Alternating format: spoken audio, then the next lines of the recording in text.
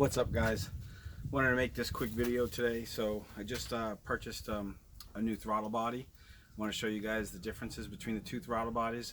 What I got was a ported throttle body by a company called Gigs Performance. I was going back and forth whether I would purchase from Fastman or BBK or a true bored out completely throttle body. So the reason why I didn't go with the 82 millimeter from Fastman was I don't like the fact that he bores it out 82 millimeters all the way through, which I think is great, but then he still uses a stock blade. So it doesn't make sense to me how there's going to be that gap around the outer side edges of it, but still use the stock blade. Now I do, however, like his large bore 84 millimeter with a new blade on it. So I'll lead into that for a second. So I came across eBay this one guy, Gigs Performance.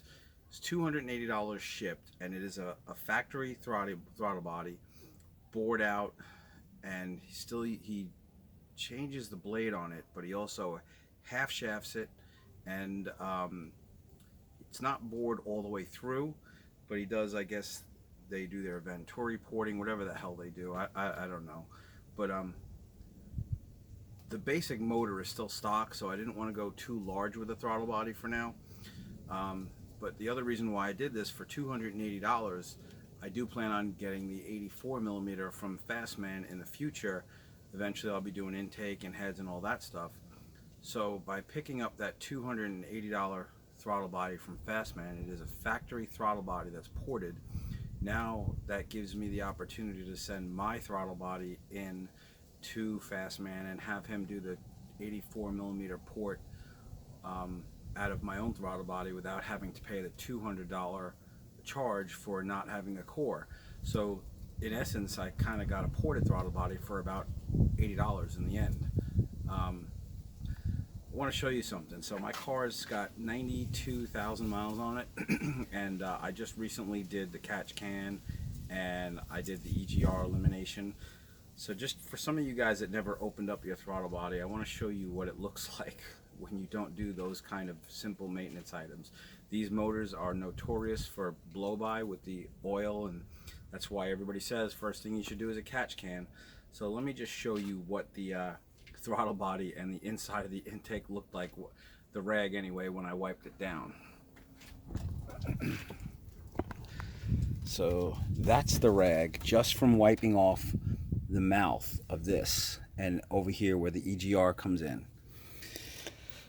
So here's the throttle body. You can see how filthy the front of it is going in. When I flip it over, yuck. That is freaking disgusting. All that shit was going inside my motor this whole time.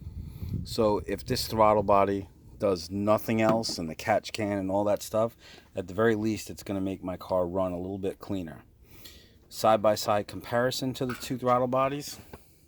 This is the ported one, obviously. They did the half shaft. I don't know if they put a custom blade in there, but so one of the things I'm looking at, you know, the air is certainly going to run much smoother over the cover. They ran it down pretty good. There is a little bit of a gap around the edges, so we'll see how that runs. But I think they did a nice job all the way through with everything they were doing. When you look at this one of the things I noticed about the throttle body in my year, this is the 847, compared to some of the other ones that I've seen. No, this one does still have that lip. So he did get rid of the lip in that throttle body. So yeah, I mean, $280, it's $80 more than just a regular throttle body, and he did all the port work for it. So we'll see how it goes. I'll throw it on there, do the recommendation of disconnecting the battery and all the bullshit with the pedals, and see how it goes, and see if I can feel any difference in the butt dyno.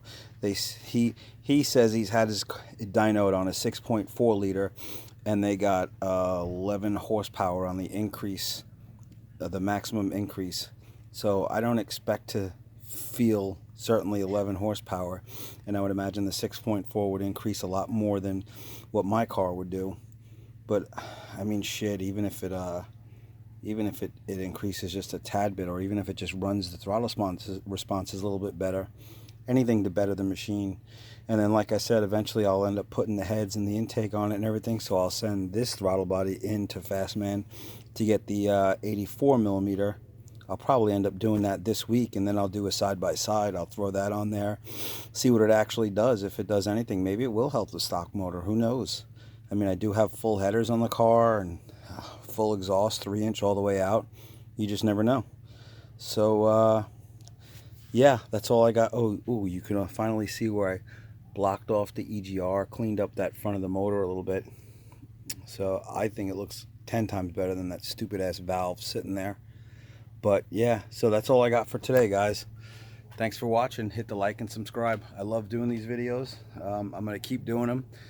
My goal still remains the same. Ultimately, I want this car to be an 11-second first-gen RT with a 5.7. I don't plan on doing a big bore kit in it at all anytime.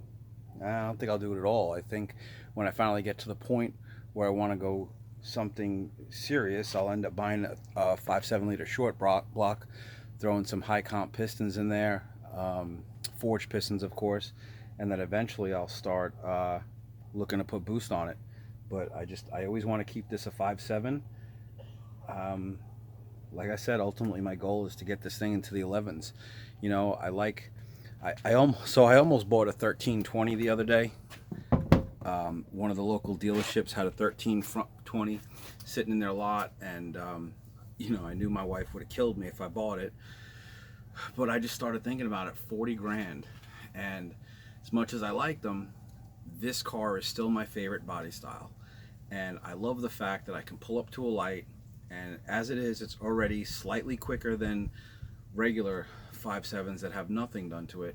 And I love the fact that people think they're just going to shit all over it, and they get a little bit of a surprise. I've beaten some Mustangs like in the 2010 era. I certainly can't beat the newer ones, but that'll come soon. A couple of weeks from now, I'm going to order a 392 gearbox for it.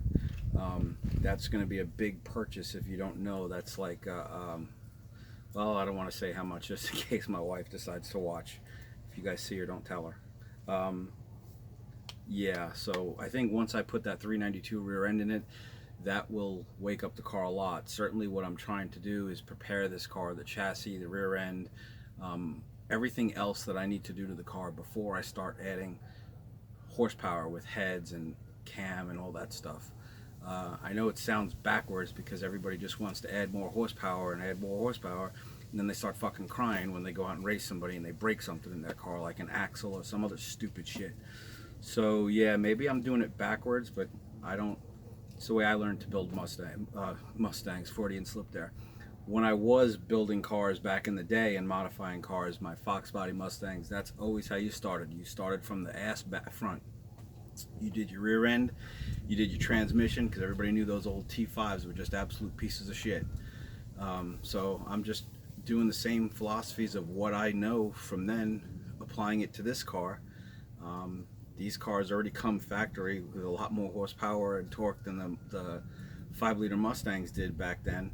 They're also about 1,000 pounds heavier. So I just had 355 gears in my Stangs back then, and it really moved them off the line. So I'm going to do a 392 in this car, and if it's too much gearing, I can always go with a slightly taller tire, which never hurts.